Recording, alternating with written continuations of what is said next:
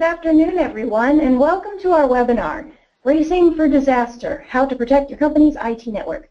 I'm Janice Kaplan with the Marketing Department at James Moore & Company, and I'll be your host. With me today to present is Curtis McAllister, MCSE and Manager of Technology Solutions for James Moore & Company. Good afternoon, everybody. Thank you for coming today. Now, for those of you who haven't had the pleasure of meeting or working with Curtis, he provides consulting, planning, delivery, and implementation services for our clients' technology needs. And this covers just about everything related to IT, including network configuration, security, software and hardware purchases, cloud-based computing, and more. Before we get started with today's presentation, we'll address a few items. First, please feel free to ask questions throughout the presentation, but keep in mind that we'll address them at the end, and we'll try to get to as many of them as possible. If your question isn't answered, we'll be sure to follow up with you later. Also, if you encounter technology issues during the presentation, please call the number you see on your screen and request webinar support. So let's go ahead and get started. Curtis? Thanks, Janice. So I have to say, I was out at lunch earlier, and being in Gainesville, Florida, the weather is gorgeous. For being January, blue skies, cool, sunny, quite a bit of a contrast compared to when we thought about doing this presentation a few months ago when there was a hurricane walking up the coast of Florida, causing all kinds of havoc. Anyhow, just thought came to my mind. As Jess said, I'm Curtis from James Moore & Company. What we're going to talk to you today about is disaster recovery. James Moore has been providing technology solutions for about 26 years. We have a pretty versed team of technicians on our staff, so we've seen a lot of things. We've seen a number of instances where disasters have been avoided, and disasters probably haven't been avoided as well as the client would have liked. We've seen a bunch. One of the things that we're really going to talk today about are what are disasters and just what are some basic things we can do to prepare for those disasters. So, let me ask a question real quick. Of the people in the audience, who has had any major building damage due to a hurricane or a fire? Go ahead, and we'll leave this open for about 10 seconds for everyone in attendance to log in your answers. Okay, I'm going to go ahead and close out the poll question, and let's see what the results are. According to this, 86% of our attendees have not lost a building due to a hurricane or fire. 14% have. Okay, not a big number have experienced that. So, what about a roof leak or a burst pipe? Go ahead and vote again, please. Leave it open for about 10-15 seconds. All right, we'll close the poll and let's share those results with everyone. 85% of our attendees have had a leaky roof or ceiling. That's pretty much what I would expect. Most people think of natural disasters as a hurricane that comes through and blows a building away, or the fire which takes out the server room or most of the building, depending on what part of the country, and even floods to wipe out everything. That's what most people think when they think of hurricane, when they think of disasters. But the reality is, most business disasters are much smaller. They're the lost computer. They're the compromised data. They're the laptop that gets stolen and has private client information on it. And what's happening more and more often, it's a virus infection and a ransomware that causes a loss of data. Those are the true business disasters that the people in this audience will generally see. A couple examples of things that we've seen, just a few. I remember a number of years ago during a rainstorm. It was a good heavy rainstorm, but it was just a rainstorm. We had a client whose roof caved in and the subroof fell on top of the server. Luckily, the server rack protected the hardware, so there was no data damage, and the only downtime was when we had to turn everything off so the work crews could remove the debris. They got very lucky. Another instance where they were not quite so lucky, we had a key employee at one of our clients inadvertently leave their laptop on the ground behind his car and back over it. Now, while that wasn't as critical as if the laptop had been lost and client data stolen, the fact that this particular user was off to a meeting and had presentation material on his laptop for that meeting, it was a problem. It affected his business process. And then we've seen other things, things such as servers being placed next to water heaters, main water pipes, or a building running right next to the server and the server rack. These are things that while themselves are not disasters, any type of malfunction could lead to a disaster for your business.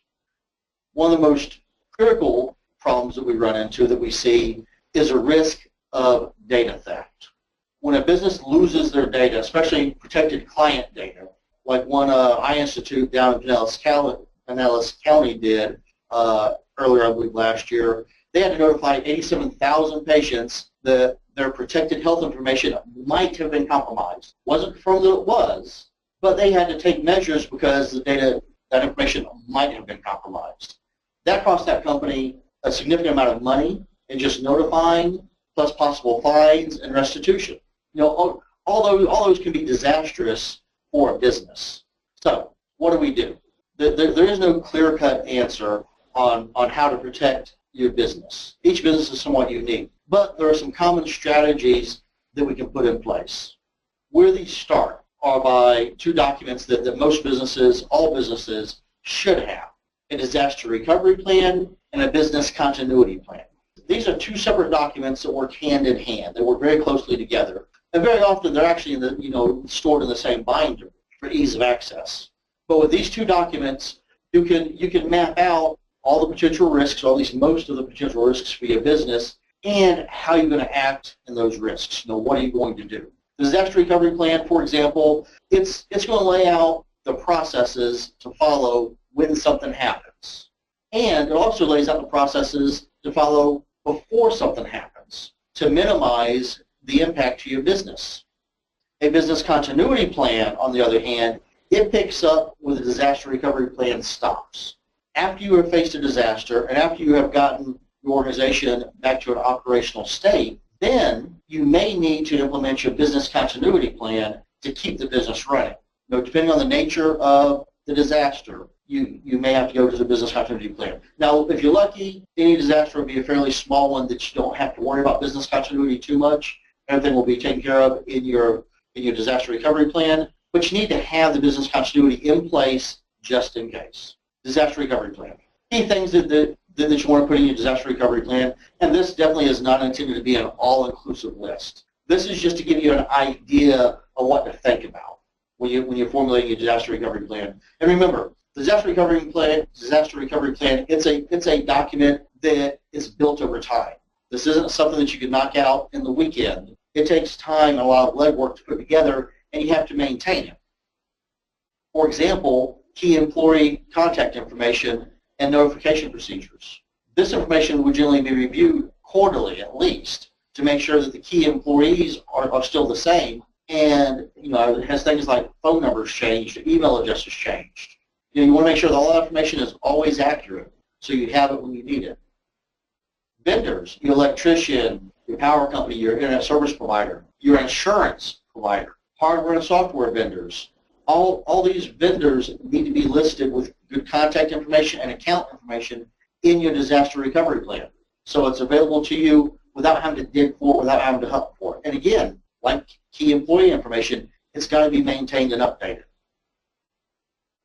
As we talk about the procedures leading to a disaster, your backup and data recovery procedures, standard system startup and shutdown procedures. The steps that employees need to take if something is about to happen or after something has happened. If it's clearly documented and laid out, then you don't have to figure it out on the fly. You can work more efficiently and get to solving the problem quicker. And lastly, if you have to relocate or evacuate, what's the procedure for that? Who does what? Who's grabbing the backup data if need be? Who's grabbing servers? Who's grabbing key documents? Who's making the call that, okay, we're going to evacuate the area? All that should be laid out in your disaster recovery plan. Because again, the idea is if it's laid out in your plan, you don't have to reinvent the wheel under stress. You can just go to the plan and execute what you've already thought through, what you've already reviewed and evaluated, and hopefully, ideally, tested. Then with the disaster recovery plan, it should be reviewed quarterly, tested yearly, obviously within reason, but those are generally good guidelines to follow. So, business continuity plan. Where it picks up is after that disaster has happened and there's going to be long-term impact to the business.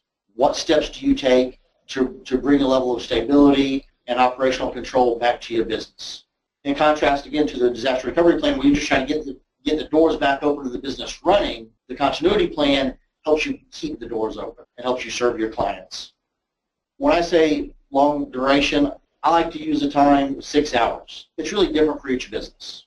But my metric is 6 hours. You know, are you going to be without electrical power for 6 hours? Are you not going to have internet capabilities for 6 hours? Some businesses, depending on the day of the week, that may be minor. You know, a lot of companies don't work on Saturday, so if you lose electricity Saturday afternoon for 6 hours, who cares? You may lose access to email, but that's probably not a real disaster for that organization, provided it's back up and running Monday morning. On the other hand, we have other clients that work weekends, and 6 hours on a Saturday is just as catastrophic as 6 hours Monday morning. Now, I can think of several healthcare organizations that if they lost electricity or internet for 6 hours, that would have a significant impact on their business. So it is somewhat subjective. You know, we're looking at things such as, you know, wide area problems. When you talk about business continuity, usually major power outages, maybe the area itself is evacuated because of a hurricane or a flood. In your business continuity plan, you may need to look at long-term hardware replacement and how are you going to fund those replacements. You also need to look at, when you evacuate, where you're going to evacuate to. I want to introduce two terms to you, being an alternate site, a cold site, and a hot site. Some of you have probably heard those terms before. I'm going to go over them with you for just a second.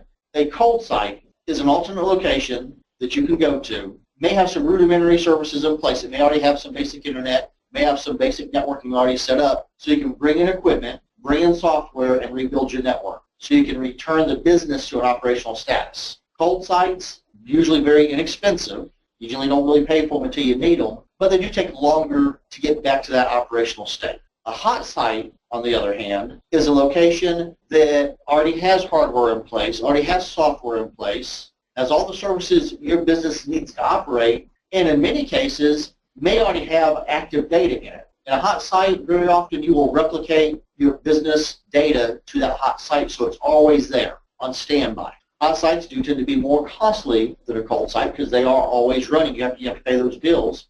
But the hot site means you can get back to operational status with no real discernible downtime. You know, it doesn't take much work, relatively speaking, to flip over to the hot site. Now, historically, hot sites have always been a data center somewhere, or maybe even a business partner. I know in the past, James Moore has acted as a alternate site for businesses that needed help. With today's technology, we can leverage cloud solutions to be either a hot site or a cold site. You know, Microsoft Azure is the one that comes to my mind, where we can either have systems on standby that if we need to spool up our network, we can bring an Azure site online in just a couple hours and start restoring data to it. Or we can have an Azure platform running and have our data copied to it live, so it's always up to date, and we just pay a monthly subscription fee. The cloud services definitely bring some benefits into the game when we're talking about disaster recovery. So the business continuity plan, disaster recovery plan, these are great. I mean, these are strategies to work with. But at the end of the day, they don't necessarily protect the business data. They tell you how to protect it, but they don't protect it themselves. So now we need to look at how do we protect the data. The number one answer, the most common answer, is we perform data backups. We do what we need to do to make sure we have valid copies of your business data in another location, off the servers, that way if something happens. So a couple of different concepts when we're talking about data backups. We have local backups versus cloud backups. I'll go into more details on each of those in just a minute. We also have file backups versus application backups. File backups are pretty straightforward. It's just, it's copying the files off your server, off your critical workstations to some backup storage device. Not fancy, but reliable and effective. Application backups need to be done for things such as database and email, things that require a little more intelligence from the technology to handle the data. Databases and email tend to be much larger data sets, and there's more information than just the raw file that we deal with. So, local backups. Best thing about local backups, they're relatively fast. You can back up your data very quickly, because if you're on a gigabit network, then you can back it up over gigabit. You can even have a 10 gigabit backbone to your backup device, and it's just as fast to restore. They're inexpensive, relatively speaking. Local storage devices, don't cost a lot of money. The software that you use can be fairly inexpensive. For example, every Windows server comes with a Windows Server backup utility that you can use to back up your data. Or you can invest in something a little more robust, a little more user-friendly, I might say, such as Veritas Backup Exec. And you can take either of these and send them to a tape drive or a portable hard drive or some network-attached storage somewhere. It's fairly cheap. The problem with local backups is they're also the most vulnerable. They're vulnerable because if all you're doing is backing up to, let's say, a network-attached storage device and something happens to your building, let's say you have a fire in the server room, well, there goes your backup media. Now, a lot of companies will invest in a fireproof safe, which is great. It's a great level of protection. The problem with those is they're only rated to withstand the fire for so long. And the backup media that you choose, be it tape, be it disk, it may not be able to handle the heat that will still be generated inside the safe from a prolonged fire. So we have to keep that in mind. A common strategy, one of the strategies that we would recommend, if you're doing local backups, do it in such a way that you can take copies of your backups off-site, whether that's tapes, which is somewhat legacy, or even portable hard drives. Take them off-site. Make sure you encrypt them, so if something happens to it, your data can't be stolen, but take it off-site. Put it in a safety deposit box at a bank. Put it someplace secure. You still want to protect it. Even encrypted, you don't want to just leave it laying around. Unfortunately, numerous people have had backup media stolen out of their cars in the past. So you never want to just drive around for the weekend with a portable hard drive with your financial data on it, even encrypted. So cloud backups. Cloud backups are great. Love cloud backups for the most part because a good working cloud backup takes away the fear of what happens to my building. Better than that, if it's a geographic problem, the cloud backup takes your data out of the geographic area. We've seen clients in the past that's taken local backups, taking copies off-site to a local bank. Well, what happens when the hurricane comes through and knocks out power to the area? Well, your building is obviously without power, but so is the bank, so you can't get in. So the cloud backups help solve that because it takes your data completely out of the area.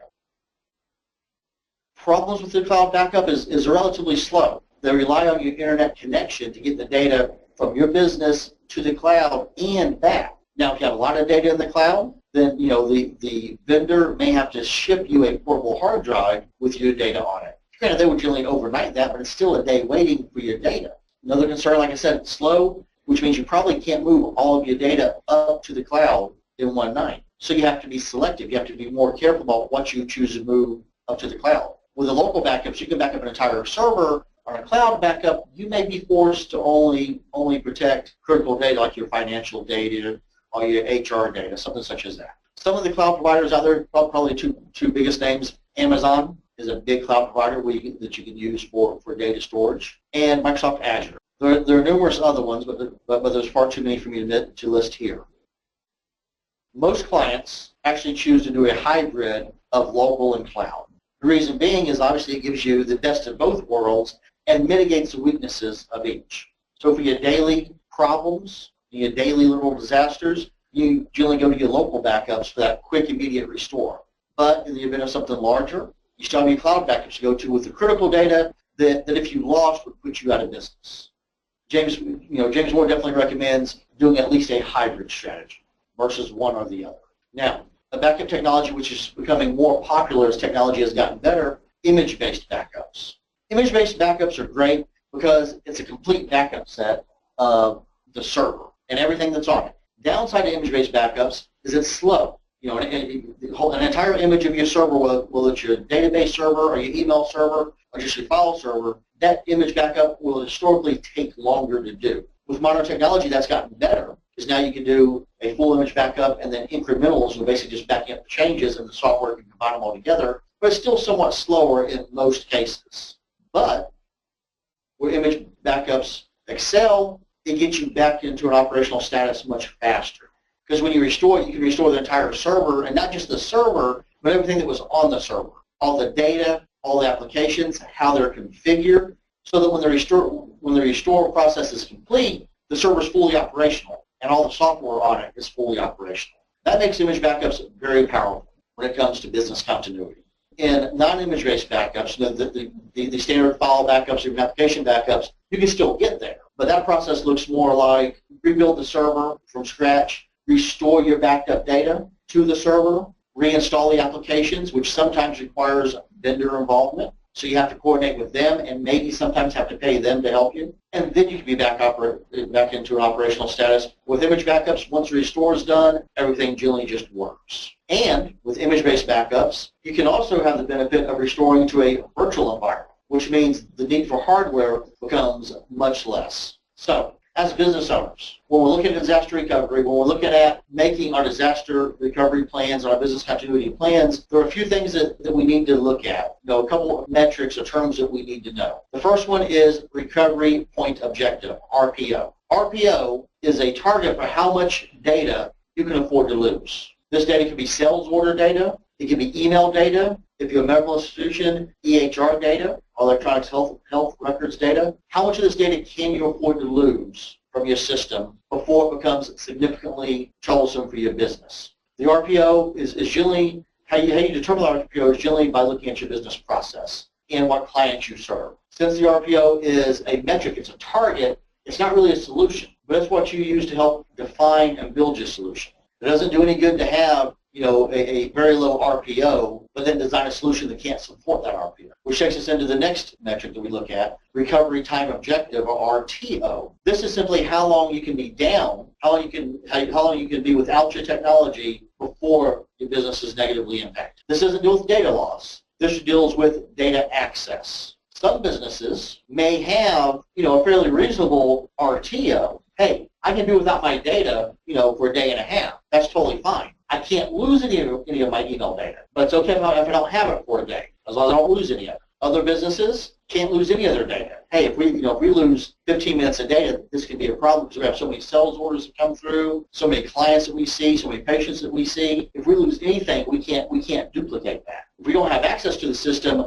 that's a little more tolerable as long as we don't lose the data. So it really depends on your business. What generally has to happen is your business leaders need to sit down and have the discussion of where are our business vulnerabilities at and what's our comfort level for both losing data and just not having access to data. And very often a professional, somebody who's experienced with working on disaster recovery plans and building solutions, can help guide that conversation for you. But when you identify the RPO and RTO, those are the targets that you want to meet, then you would build your backup solution and your data recovery solution around those goals. After you build that solution, then you also have to test that solution and measure the results. And you may find that after you build the solution, you have to tweak the solution. Most businesses do. Tweak it, adjust it, and at the end of the day, you may actually have to reevaluate, are your RPO and RTO metrics and targets valid for your business? Are they attainable for the amount of money that you're willing to spend? And that does come down to a business decision. So when dealing with RTO factors, the big one that we see are compliance requirements. If you're accountable to somebody else, to an organization, and they say, hey, we have to have access to this information no matter what happens within X hours, well, that's when you start planning your RTO. That's when you know your maximum metric is. And maybe you look at, okay, if I don't have this information in the 4 hours that they mandate, then I will be penalized X number of hours. Okay, is that painful enough to spend more money on a more enhanced solution? Also, even if you don't have compliance requirements, you may have customer service requirements. If I don't have access to my information, then I can't serve my clients. If I can't serve my clients, then my clients will suffer. Or my clients will go elsewhere and my business will suffer. At the end of it, you kind of have to look at what strategy is the best. Do we just do basic file backups? Do we do the hybrid of local and cloud? Do we do imaging? Will our business support an imaging solution? Do we have a large enough internet connection, fast enough internet connection? Do we have too much data? How can we back up all of our data? All these questions come into play when we look at what strategy is the right strategy for your business. Unfortunately, there is no clear, easy answer. The only wrong answer is not to have a strategy at all. And remember, with whatever strategy you define, whatever you choose to implement, it's a strategy that needs to be tested on a regular basis. Just because it works for you today doesn't mean it meets your business needs tomorrow. Take that into account. That should be part of your review of your disaster recovery plan and your business continuity plan. As we're talking about backups, what exactly do you back up? Part of this is easy. Your servers obviously need to be backed up, but Not all servers need to be backed up with the same frequency. Not all servers have the same RTO, for example. I have a client that, they need email, they must have email, but if they lost a day of email, it wouldn't be the end of the world for them. If they don't have access to email for a day, it wouldn't be the end of the world for them. I have another client that gets sales orders 24 hours a day through the email system. They always have to have an operational email system. Now, they don't need to keep that email for a long time in most cases. Once the email comes in and it gets processed through the sales systems, the email's in there just for archival and they don't really need it anymore. But not having access to the email would be detrimental. Just an hour could lose them tens of thousands of dollars in sales revenue. So each server, each solution is different. It has to be looked at for its own merits. Databases often have the highest requirement to be backed up frequently and have the highest requirement of minimizing data loss. Because the databases, that's where your client information is kept. That's where your sales information is kept. If you're a medical firm, a database is where your EHR is going to be kept. So those would generally have the higher requirements. And something that many organizations don't look at are special workstations. Now, that's somewhat of a subjective term. The CEO's workstation could certainly be deemed a critical workstation. I would never argue against that. But I know clients that have one or two workstations that serve very specialized roles. They have special software on them that takes a lot to set up. Maybe they have special security certificates. Any number of things can make a workstation valid for backup. And the way you look at it is, hey, if it would take an extraordinary amount of time to get this workstation or get this process back up and running, if this workstation went down, that's probably a workstation which needs to be backed up. In many businesses, the 95% of the other workstations in the business don't need to be backed up. You make sure that your client data, the user data is stored on the server. Make sure that the email is backed up, and the workstations themselves can become disposable. That's how James Moore prefers to set networks up. Whenever we can, we'll make sure that all the client data, all the user data is automatically stored on the servers. So a workstation becomes disposable. But keep that in mind. It's just something to think about. There's a number of other things to consider backing up. This is just to kind of get the conversation started. The best thing to do is sit down with somebody who specializes in disaster recovery and data backups and just have the conversation. What do we need to be doing?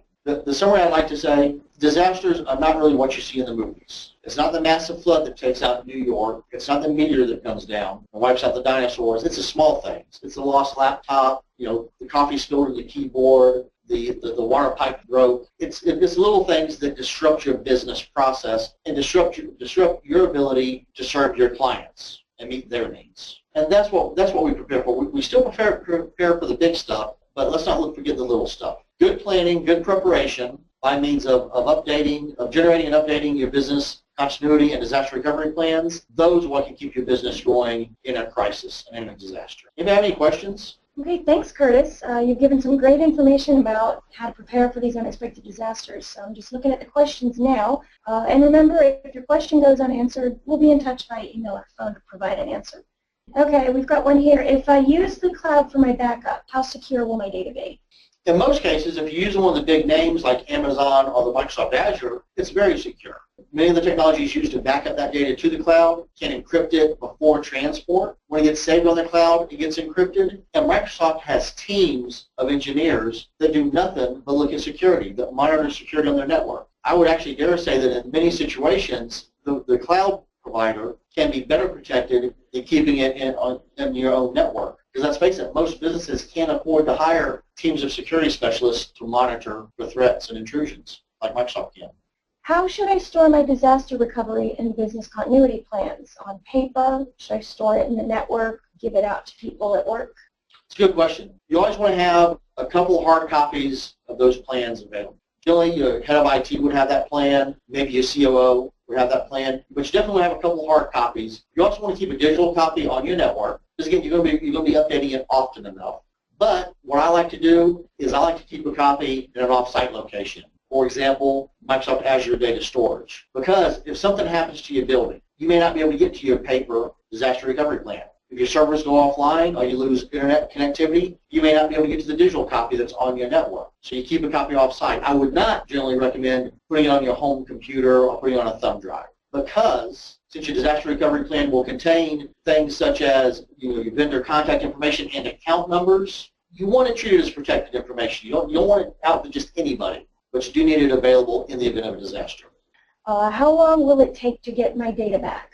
That really depends on the level of the disaster and what you're restoring from. Some solutions, it's not uncommon to see recovery take 10, 12 hours or even a couple of days, especially if you're doing a file level backup. On the other hand, modern technology, there are some solutions that we use that I can get your servers back up and running in minutes, even from a total server loss. I can take you back up, restore it to a virtual environment, and have your users working in minutes while me and my team work in the background to actually restore your physical hardware and your software. But it really depends on what's in place. Okay, and I see one more. If I use a cold site, what hardware or software would I need?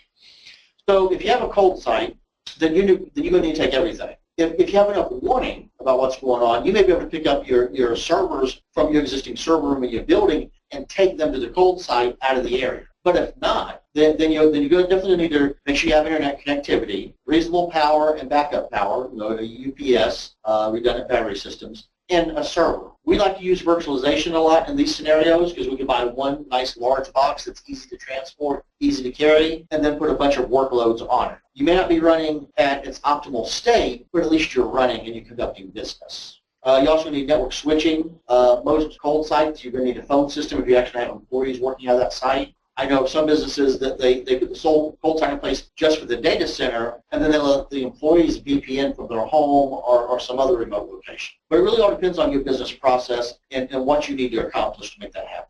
Thanks again, Curtis. Now, if anyone thinks of a question after we're done here, please feel free to contact us. We'd be happy to help.